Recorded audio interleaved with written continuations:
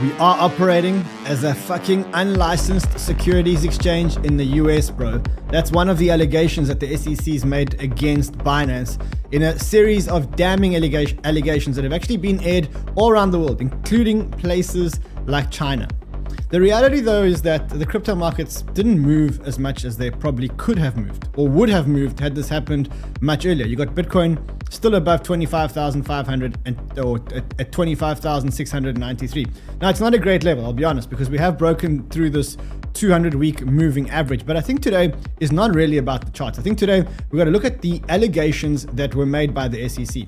We've got to look at the immediate dangers, because there are some immediate dangers to crypto that we have to talk about, because there isn't one of the issues is that if the SEC get their way in the next 48 hours, they could freeze every single one of Binance's accounts globally. Now, I don't think it's going to happen. In fact, I highly doubt that's going to happen, but that is a risk that you need to be aware of. There are also some other risks that you need to be aware of. Is the SEC going after Tether next? Well, I'm going to show you one bit of information that says that they may be going after Tether next, because Tether is the last big domino that needs to fall for the SEC to get total victory against the crypto market.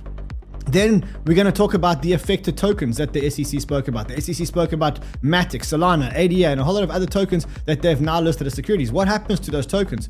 And then we're going to talk about something positive. We're going to talk about Apple's mixed reality headset. Apple really hit a slam dunk last night with the launch of their mixed reality headset. We're going to talk about that. We are here a bit earlier than normal. It is an emergency stream. I wasn't supposed to do a stream today, but I think we got to do this. So listen, guys, let's get the show on the road.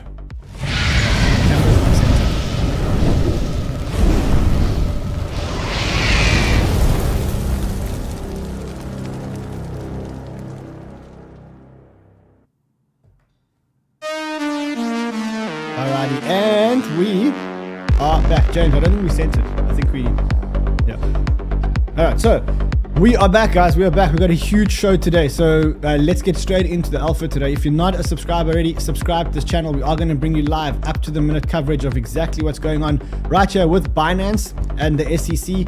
And there's big dangers around this. I did speak about them in the intro, but there are huge dangers here. Binance has, the SEC has made an application to the court, or has pleaded with the court to allow it to freeze Binance's international assets. Just take a look at this over here.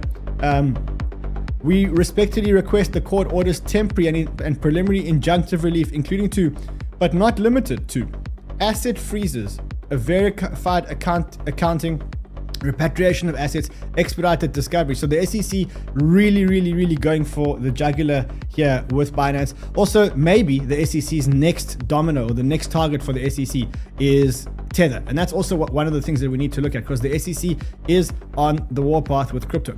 All right, so if you haven't subscribed, subscribe. If you are here, like this content, help me get this content out there, because this is an early show. I wasn't supposed to do a show. It's my son's birthday today, but given everything that's happening, I just thought that I have to be here with you guys to bring you crypto love, crypto wisdom, and of course the highest alpha per minute show on the entire interwebs. All right, let's go. Let's do this. So let's quickly just look at where we are, because I think the charts tell a very cool story. Bitcoin, as you can see, 25,572.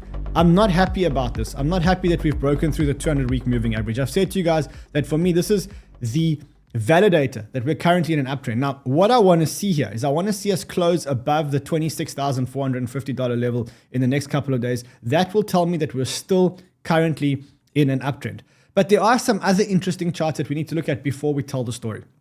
The first chart is the Bitcoin dominance chart, because you would imagine that if there was panic, people would sell and they would move all into Bitcoin, especially at a time where the SEC is telling us that a lot of our favorite tokens are actually securities. And we'll talk about that in the someone said to me, oh, there's some breaking news in the show group. Let's quickly have a look at big breaking news in the show group. SEC sues, and now we have Coinbase. So we started this show around Binance, and here we are around Coinbase. It looks like the SEC has just sued Coinbase in the federal New York court. Guys, keep us updated. Show group, keep us updated in the show group for this breaking news. Let's change our thumbnail. Let's go. SEC now sues Coinbase. So we started the show talking about Binance. Now we have to move to the SEC, keeping us updated, or keeping you guys updated on Coinbase. I was actually wondering why this price went slightly down, but it does feel like now it's all out war. Gary Gensler and the SEC against crypto. It was Binance. Now it's Coinbase too. We'll keep you guys updated on both of those.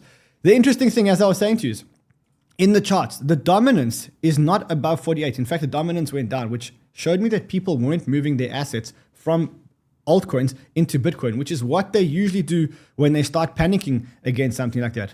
The ETH BTC chart, which is the relative strength of Ethereum against Bitcoin, you can see that chart continues to go up, which means that people are moving out of Bitcoin actually into altcoin. Someone says we're going down, we go, I mean, it's hardly down. Bitcoin's at 25.5 and pretty much everything stays the same. Solana, Bitcoin, we showed you this chart yesterday. It is breaking out. Let's take a little bit of a look at the last 24 hours. So last 24 hours, we've had $300 million worth of liquidations.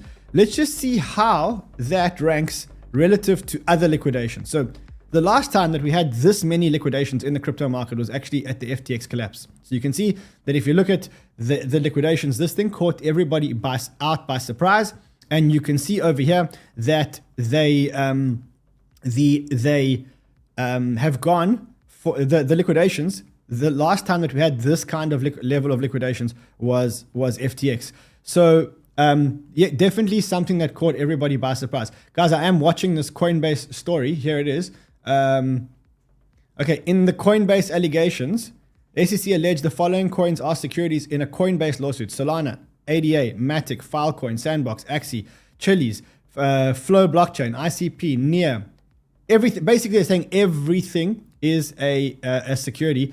And they said the same thing in the Binance lawsuit. Let's talk about the Binance lawsuit. So yesterday, the SEC issued 13 charges against Binance in a civil matter. So what you can see is, here is the civil matter over here. It is, as you can see, a civil action. It's the SEC against Binance Holdings, BAM Trading, which is Binance America Trading, BAM Management, US Holdings, and its founder, 𝗕𝗏𝗄𝗧. In these allegations, or in this lawsuit, they have 13 allegations against them. And we're going to go through each of the allegations one by one because they paint a story of what the SEC is trying to do. One of the things I wanted to say to you before the show was I wanted to say to you that I think Coinbase is next. When I look at the nature of the allegations that they made against Binance, it doesn't make sense that they would only go for Binance and wouldn't go for Coinbase, and specifically because Coinbase had already a Wells notice against it. And a Wells notice is usually preempts any legal action. And so we know that Coinbase had this Wells notice against it. And when I read the Binance accusations or allegations, I thought it would be very, very, very strange if they went for Binance but didn't actually go for Coinbase with the same or with similar charges. Now, of course, Binance defended itself. They came out and said, look, we're kind of surprised that the SEC has come against us. And the reason is because we've actually been working with them for the last 2.5 years. And it seems to me like Binance were under the impression that they were negotiating a settlement with the SEC because they know that maybe in the past there's some gray areas. But I didn't think, or they didn't think, that the SEC would all of a sudden now issue these 13 charges against Binance. And you can see that their PR guy, or 𝗲𝗄𝗏, came out and said, our team is standing by ensuring all systems are stable, including withdrawal and deposits. We will issue a response once we see the complaint. We haven't seen it yet. And what they're saying is, we didn't even know there was a complaint. He said, every journalist calling and asking, bizarrely, we have not even been given a copy of the complaint, which is crazy. When they eventually did get a copy of the complaint, they came out and said, look, we are disappointed that the SEC has done this. We have actually been working with the SEC. We think that all these charges that the SEC has levied against us are, I'm not going to say a bunch of hogwash, but really unsubstantiated. And Binance basically assuring us that they're going to continue to fight, and they're going to continue to fight till the death. And that's basically where we're at now. It does feel to me like there's a lot of anger between 𝗲𝗏𝗏𝗏. I know 𝗲𝗏𝗏. I actually reached out to him this morning just to see if he needed any help, or if we could assist him by maybe giving him a platform or a microphone. And he said, look, he basically gave me a thumbs up and he said, listen, all's actually good. But I know that 𝗲𝗏𝗏 is not a very emotional person when it comes to these things. And I think here he seems to be quite angry and quite emotional about what's going on. Anyway, let's quickly look at the nature of the allegations against Binance, and we will obviously jump into Coinbase. I am getting a whole lot of feeds here about Coinbase. We're definitely going to cover that too. So the first thing is we need to note that this is a civil charge. It's not a criminal charge, and there is no criminal charge yet. We know that the Department of Justice is investigating Binance and CZ, but for now, this is a civil charge. And important that you understand, civil charges in financial services are par for the course. They happen all the time. In fact, the banks have this all the time. How are these things actually resolved? Well, what happens is they're going to court, and after years and years and years, they either win or lose in court, or they get a settlement. Currently, the SEC has been in court with Ripple for I think over 4 years, and they're still nowhere near getting a settlement. Now, this is not going to be any different. This is going to go to court. It's going to waste millions of dollars of taxpayers' money, or SEC money, which is funded by the taxpayers. And eventually, they're going to reach some kind of settlement where Binance is going to pay a penalty.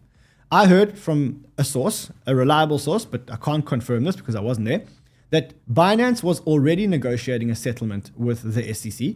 And this was a surprise that they were saying, look, we're negotiating a settlement, and then you go and basically issue these charges against us. Again, very important to note that these are not criminal charges. And if you remember what happened with FTX, the criminal charges usually follow a period later. Now, it can be a day or two later, like FTX. However, the Department of Justice usually waits to see how the defendant responds and what the discovery is that is produced in the civil lawsuit. So they wait to see all the documentation before they issue a criminal case. And we also need to remember that this is not the first civil case against Binance. In fact, the CFTC also came out a while back and also charged Binance with a civil case. So yes, there are civil cases against Binance. I don't want to say there's nothing to worry about, but I don't think we should need to worry as much as some people are worrying, because when you're in financial services and you're in banking, these settlements and these lawsuits are par for the course. I just want to show you some of the lawsuits that the big banks are actually paying, or some of the penalties that the big banks actually paid. So let me actually shift my screen here. What you can see is that banks pay 8.9 billion, 6.5 billion, 4.5 billion, 300 million, 500 million, and again for different things. So SEC cases, misleading investors, failing to disclose conflict of interest. These banks are paying hundreds of millions, if not billions of dollars for these things. So when you're in financial services, it is all par for the course. The one thing that we do need to worry about here, it's a small concern, it's a concern that will last for the next 48 hours, nothing longer than that, is that the SEC is looking to freeze Binance's assets worldwide. And they've done this by falling on one of the clauses that says, because they believe that Binance US and Binance International were actually intertwined and not really separated, which they should have been, they have the right to freeze the international assets. Now, it's a long shot, and it's a tactic that legal counselors use a lot. And what they do is they really go for the highest charges and then hope that the judge gives them something lower. So you always go for like the most extreme charges, and then you hope that the judge awards you something way lower. And so in this case, what they've gone is they've gone to freeze the assets. And again, I think the chances are slim to none that this will actually happen. But you know what? There is a risk. It is going to present itself and play itself out in the next 48 hours. And we need to be cognizant of it. Do I think you should rush off and take all your money out of Binance? No. Do I think you should have money on Binance anyway? No. You should hold your own crypto outside of Binance. But if you have got money on Binance, I don't think you should rush. And that's really why there also hasn't been a bank run. And we'll talk about that in a couple of seconds when I actually show you the numbers here. Anyway, let's get into the meat and potatoes of it. Let's look at the actual allegations. There's 13 allegations against CZ and Binance and BAM, which is Binance America. So let's quickly look at some of the allegations and what they actually mean. The first thing is they call BNB a security. No surprise. The SEC has called everything a security. They say that Binance engaged unlawfully in unregistered offers and sale of crypto assets, including BNB and BUSD. We already know that that's their case. Further on in this case, they start calling things like Solana, ADA, Matic, Filecoin, Atom, and Sandbox, and they said these are actually all security. Solana, Matic, Filecoin, Atom, Sandbox, Algorand, Axie Infinity, Coty, they call all of these securities. Okay, so there are big implications here, because if these are all securities, that means that no exchange around the world can actually, or no exchange in the US can actually offer these, because they're not registered securities. So the SEC, without actually saying that these are securities anytime before, in the action against Binance, starts to call these securities. And they start talking about why Solana is a security. So it says, Solana Labs undertook other promotional efforts to increase participation in the network and thus demand for Solana, including Solana podcasts, which there have been 90 episodes since July 19, with interviews including with key Solana players like 𝗏𝗏𝗏𝗏𝗏. YouTube channel with over 37,000 subscribers, dedicated telegrams. So almost saying that these guys are marketing illegal securities, and that's what they want to do. You will notice though that they did not mention the word XRP here. And we do know that XRP was listed on Binance at the time.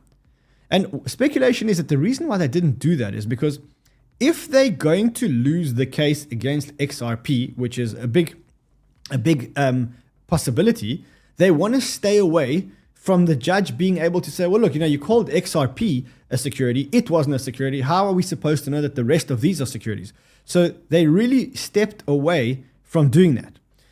Let's look at some of the other allegations in here. So there are allegations that, the big allegations are that 𝗧𝘶 commingled funds between Binance US and Binance. So in other words, Binance US and Binance should have been two independent entities. That's one of the provisos under which you can work in the United States. And the allegations that they didn't do that. Then they talk about failure to restrict US investors from accessing Binance.com. And I believe that probably in the old days that was the case. I think everybody could have accessed it until they started to put VPNs in, not VPNs, that's what you need to use, but they started to put restrictions in place for people to be able to do that. Okay.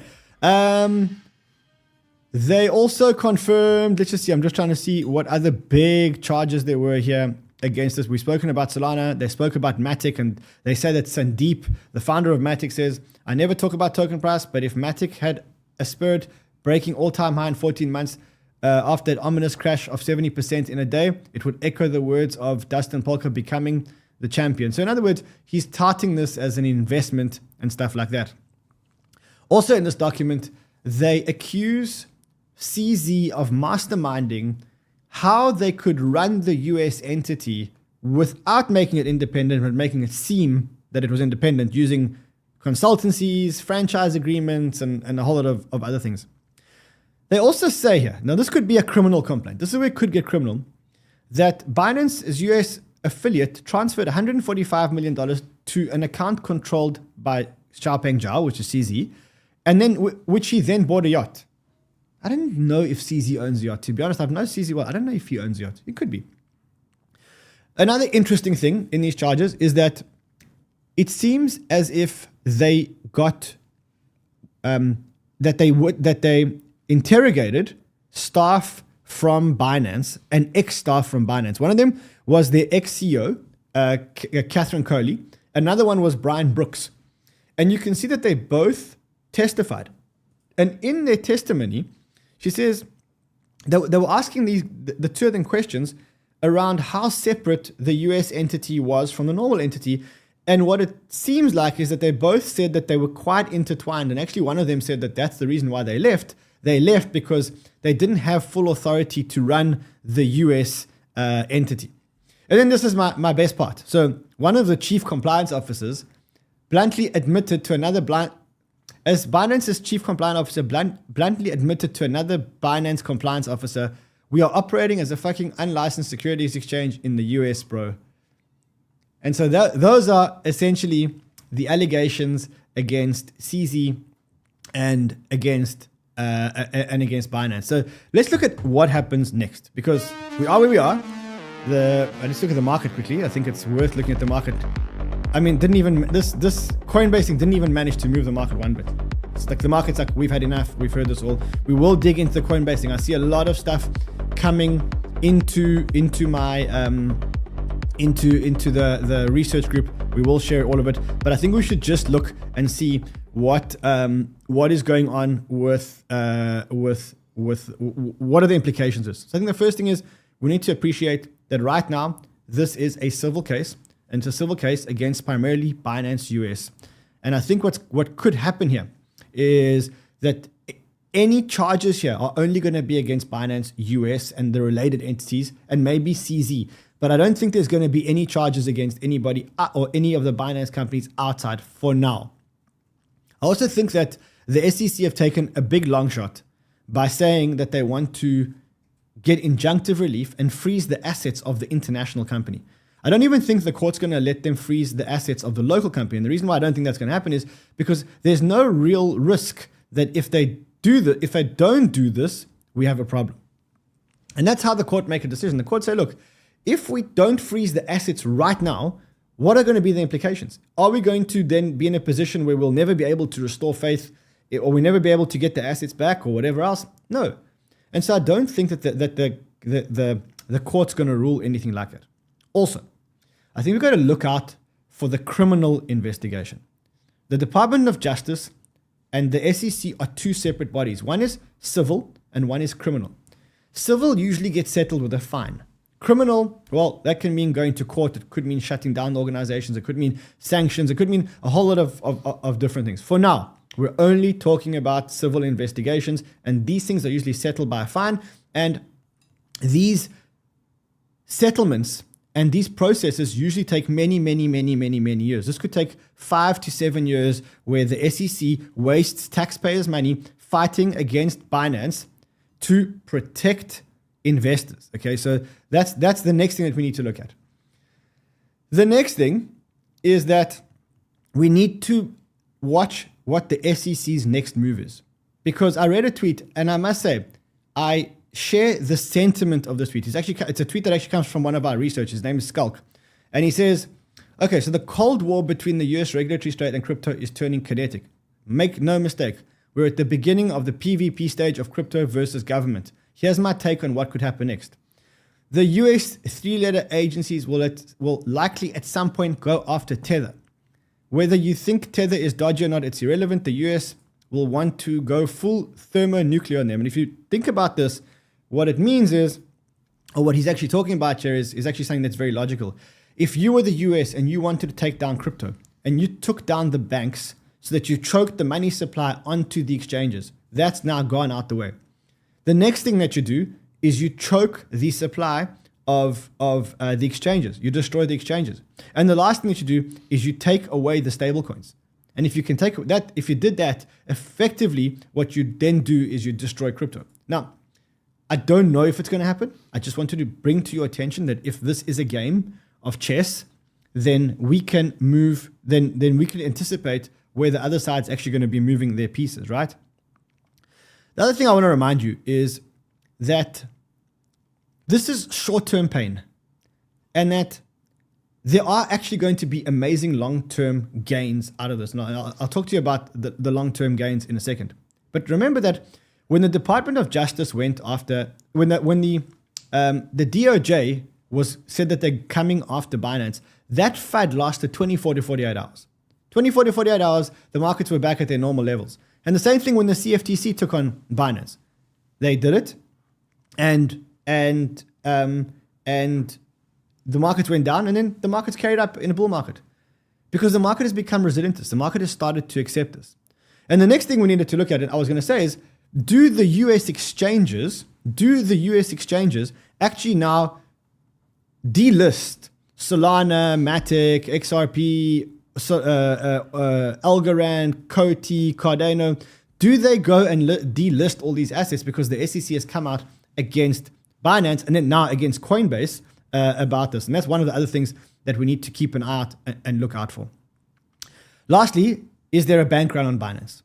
The answer is absolutely not. So I want to show you guys the stats. I want to show you guys just how worried investors are. If investors were worried, we would have a bank run on Binance. I'm just going to refresh this so I can give you up to the minute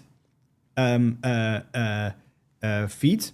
You can see that in the last 7 days, or specifically, let's look at the last 24 hours, $1.5 billion have left Binance. Now, look, that's a number. That's a very big number, but that is it's 2%. It's 2.5% of Binance's money has actually left. So there's no bank run on Binance whatsoever. And in fact, I looked at this and it looks like on-chain smart money is actually buying this dip. So you can see after the news suing Binance, Cumberland withdraws $68 million from Circle and deposited the 67.1 into Coinbase to try and obviously buy this dip and trade this dip.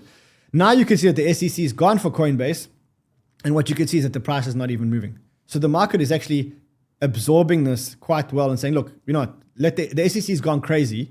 And you can see that if I look at Coinbase now, because this is the next thing we need to worry about is, was the SEC going to go after Coinbase? And now you can see that Coinbase is down to $50 in the pre-market over here. So you can see Coinbase down to $50 in the pre-market, down 14% because of the SEC going after it.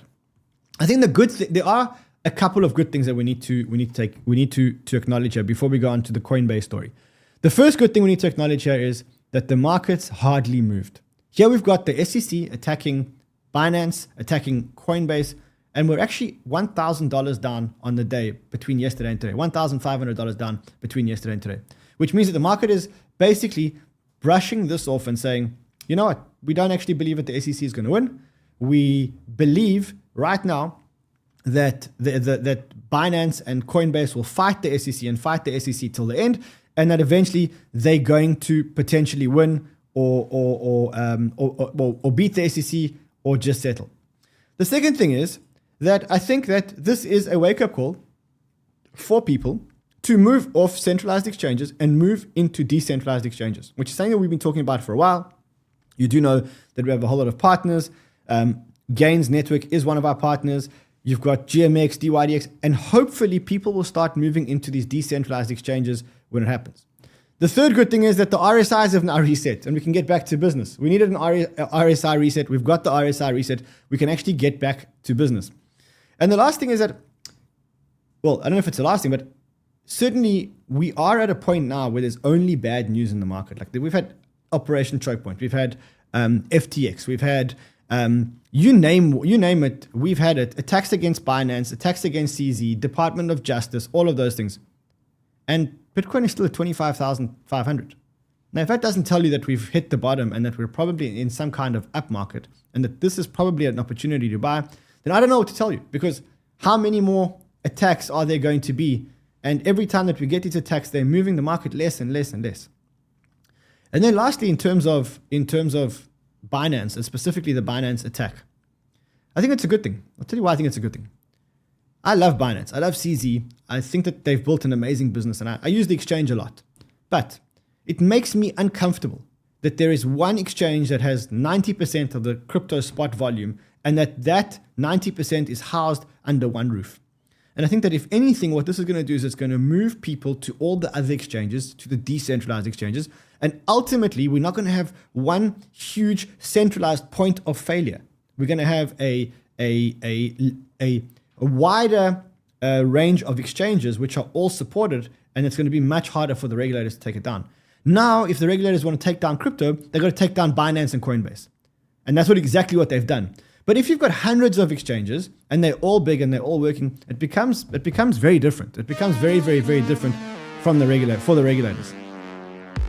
All right, let's go and let's quickly look at what we know about Coinbase. Now, bear in mind, I don't know much about what's going on because it's a breaking story that's happening right now. Let me quickly get to. Okay, so what do we know? We know the following.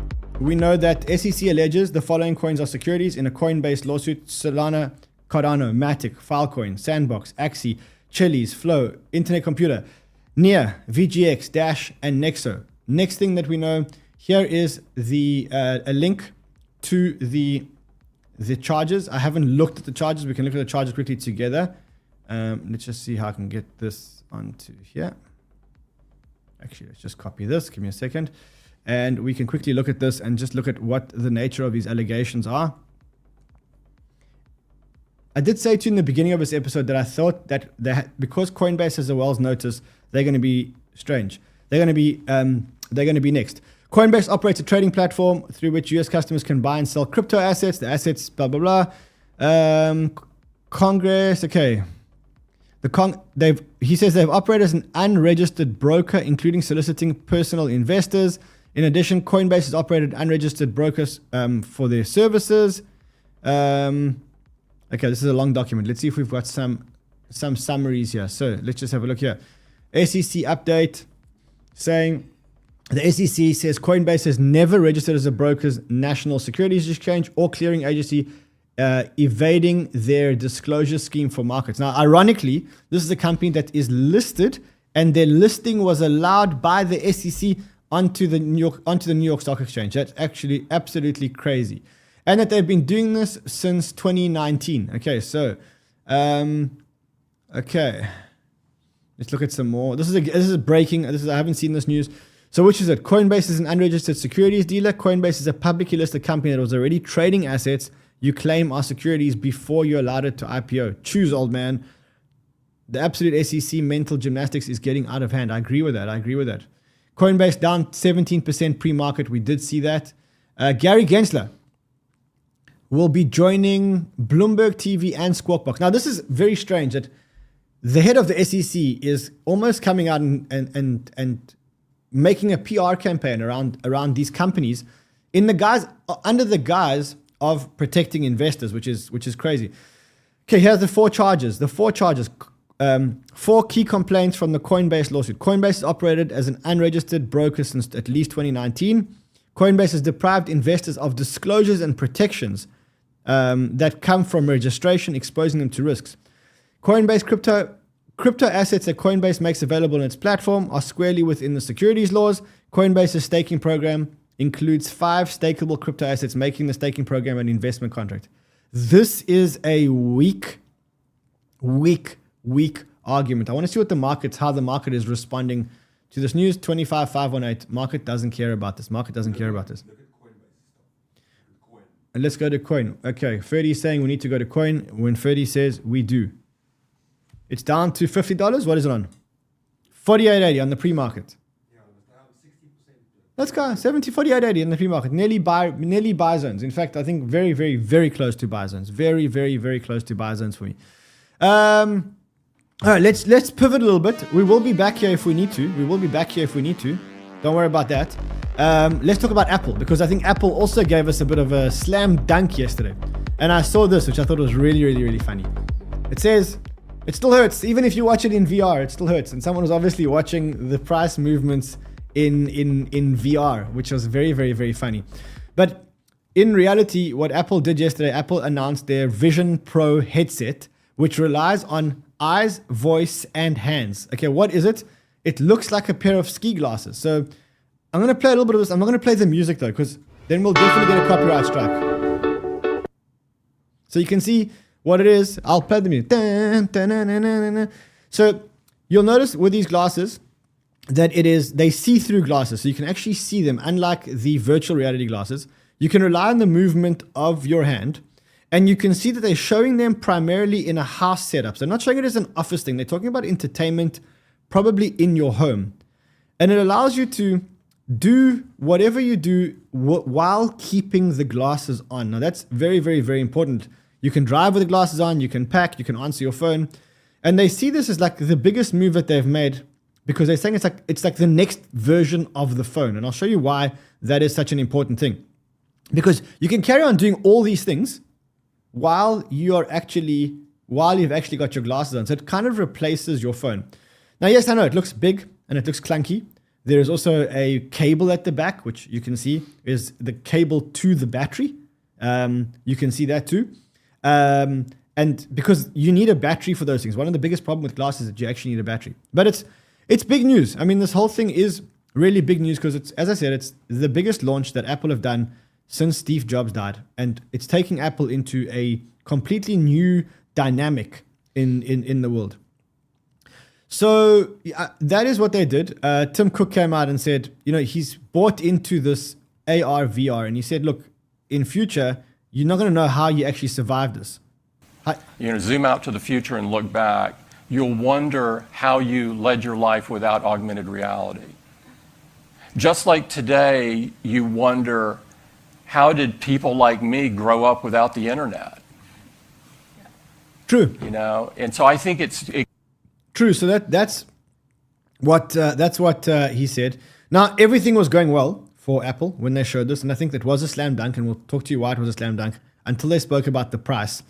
Listen to the reaction around the price. Apple Vision Pro starts at $34.99. It will be available early next year on Apple.com and at Apple retail stores in the US. With Apple Vision Pro starts at So it's $3,499, which is absolutely huge in terms of price. It's a massive price target. But I mean, I guess that they were very smart about their move. And I saw this. I actually just want to quickly find this for you. It's exactly a normal Apple launch. They announce a product after a lot of backlash on their concept. The first reaction is, who's ever going to use this product? The products are being criticized for being priced too high. Then some people begin buying the product. Product becomes the best selling in its category within 2 years. And then they refine the product, make the product smaller, better, more memory, more battery life, etc. And this is exactly it. This is exactly, I think, what they're doing with the goggles. The other thing that you need to notice is that I read this article from someone who spent a big portion, he's a neurotechnologist, and he spent a big portion of his life working at Apple and actually working on this. And he specifically talks about detecting brain and mental state of users based on the data from their body and brain when they are in immersive experiences. This is not about the eyes and how you move. It's about full brain data and how you process the brain data. He says, so a user is in a mixed reality or virtual reality experience. The AI models are trying to predict if they are feeling curious, mind-wandering, scared, paying attention, remembering a past experience, or cognitive state. And these may be inferred through measurements like eye tracking, electrical activity in the brain, heartbeats, rhythms, muscle activity, blood density in the brain, blood pressure, skin conductance, etc. And they talk about a lot of tricks being involved to make specific predictions possible. And it just shows you that this is not just a pair of glasses that you put on, but they're actually tracking everything that you do to try and preempt what you do so that you can wear this in the future as like a real like extension of yourself. Now, another person who's got great opinions about this is 𝗏𝗏. He was actually part of the Google team that tried to build Google glasses and were actually shut down, right? And he said that Apple scored a slam dunk. He said, look, they showcased at-home use cases, browsing photos, TV gaming, which means that this is not about work. This is more about home. He says that they managed to get the optics and the weight optimally done, except he says the battery life was too big. This is the future of computing. I think I agree with him here, that this is the future of computing.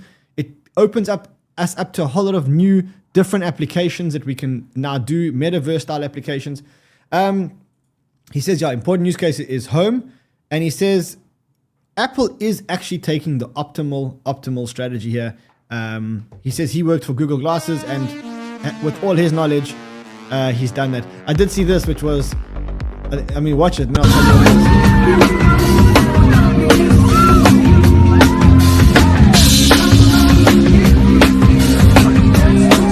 what that is Tim Cook dancing after convincing 82% of Americans to spend 5 paychecks on a pair of ski goggles, which I think is very funny. Very funny. Anyway, for Apple, they went to all-time highs yesterday.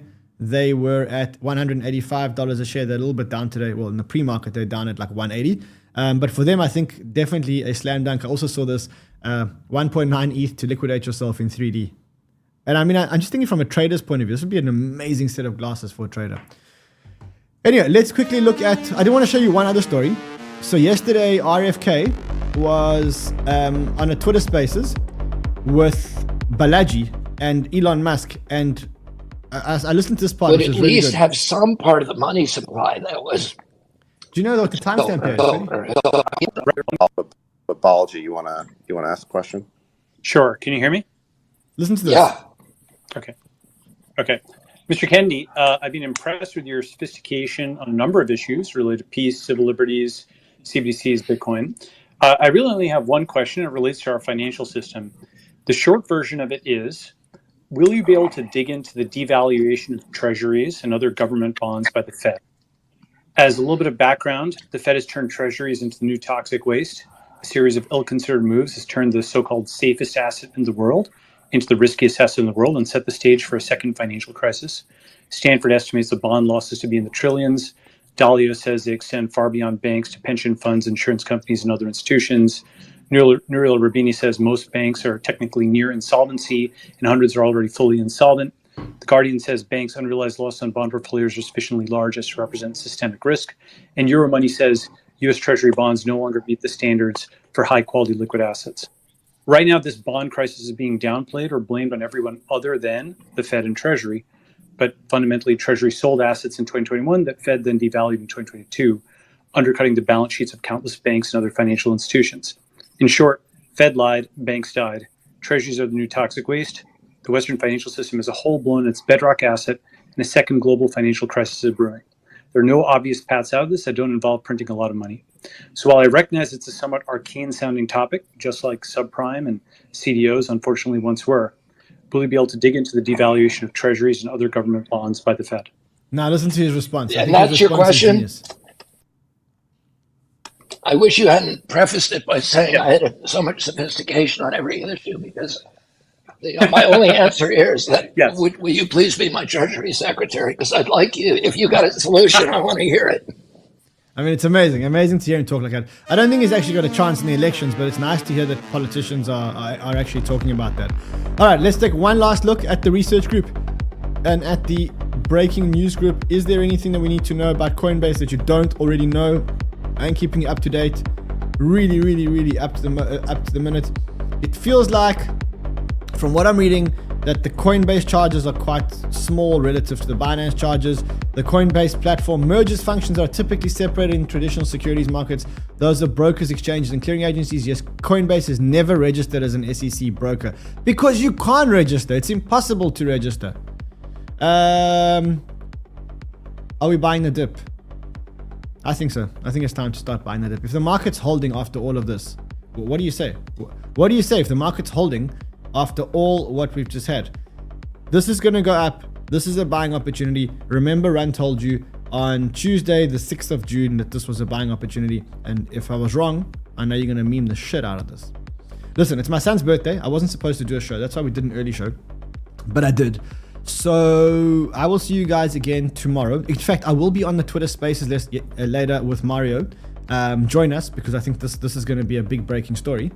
And until I see you later, trade well, my friends. Actually, whoa, before you trade, you need to know where to trade. If you want to trade on KuCoin. There's a link below. Move from Binance and Coinbase, go to KuCoin, and if you do, you can stand a chance to win $1,500. There's a link below.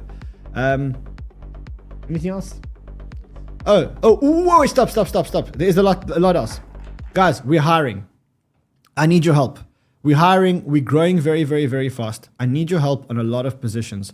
I want to show you the positions that we're hiring for. I want to talk to you about what these positions are, and I want you guys to please help me if you know anyone. The first thing is, we're looking for crypto researchers.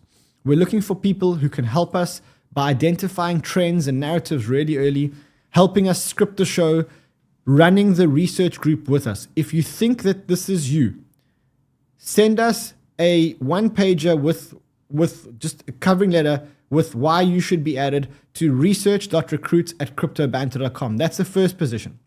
Second position, we're hiring developers. We've launched a whole suite of products, including Banter Bubbles, and we want to develop this into a range of amazing tools that are going to help our community. So we need full-time React developers, Java developers. If you guys are obsessed with Web3 and you want to work on this role, we're looking for mid to senior developers. devs@cryptobanter.com. That's the one that you need to do. That's the one that you need to do here. Also, I urge you guys to get onto the bubbles, and let's all meet on the bubbles and just talk about what's actually going on. There's a lot of alpha inside these bubbles with a chat. So meet us there. Whenever something happens, meet us there. Let's chat about it. This is where we get all the alpha. This is where we actually find a lot of our alpha. Guys, I'll see you guys again tomorrow. I've got to rush to my son's birthday. Until then, trade well, my friend.